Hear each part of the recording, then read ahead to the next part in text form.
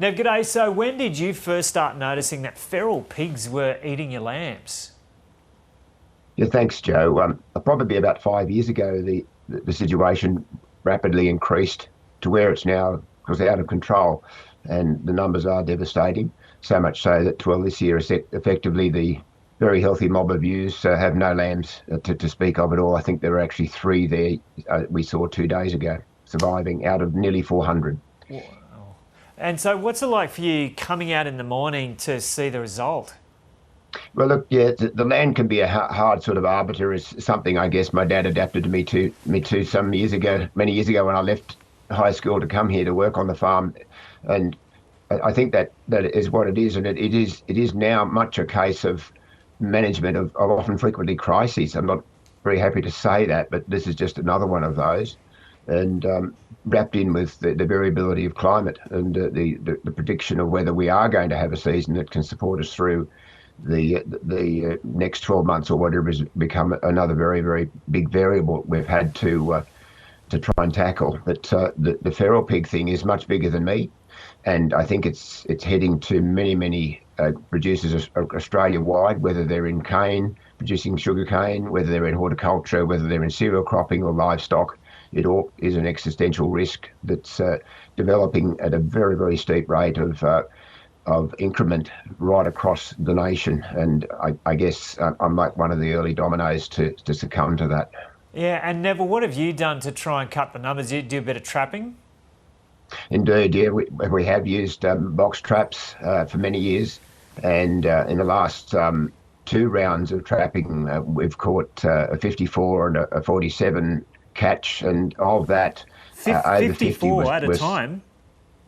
No, in the period over winter. I use winter because it's the best time, and the best when there are welfare concerns for pigs. The best time is the cool time of year. They're more likely to trap, and I find that's the best time coming up to farrowing.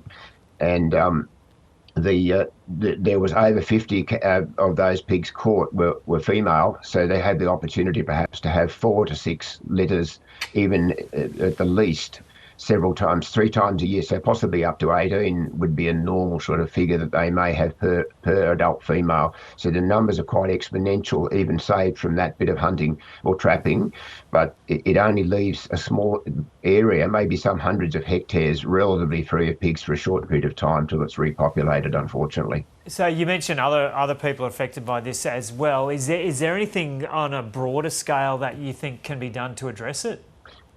Absolutely, it is an enormous problem confronting all, and the cohesiveness of farmers is not a predictable thing.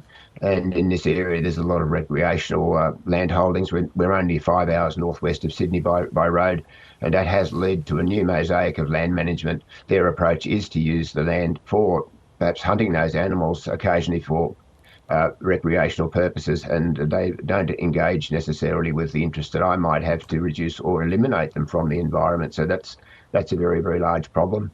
But the big upswing in numbers, Joe, is stemming from the abundant seasons we've had. We've had fairly stable seasons now since approximately 2020, and that has put a lot of capacity into the environment to support them, to give them the nourishment and the ability to keep reproducing.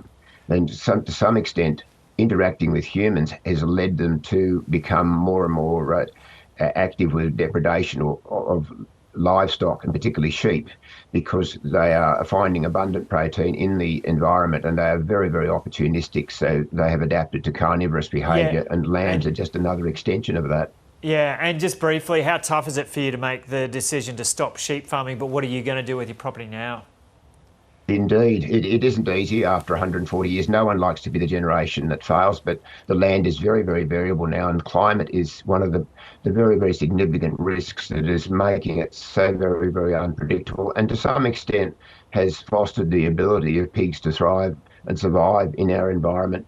But I know we can do a new thing in rural Australia, and could be the introduction of renewables. It's something I have been working with for a number of years, and that will give us the ability to drought-proof our farms and our landscapes we'll be able to benefit from tools and things that we should be able to implement on our own 2 feet with the money that comes in from that to be able to manage it. It will also build and spearhead a new economy in rural Australia that we're all going to need as time moves on.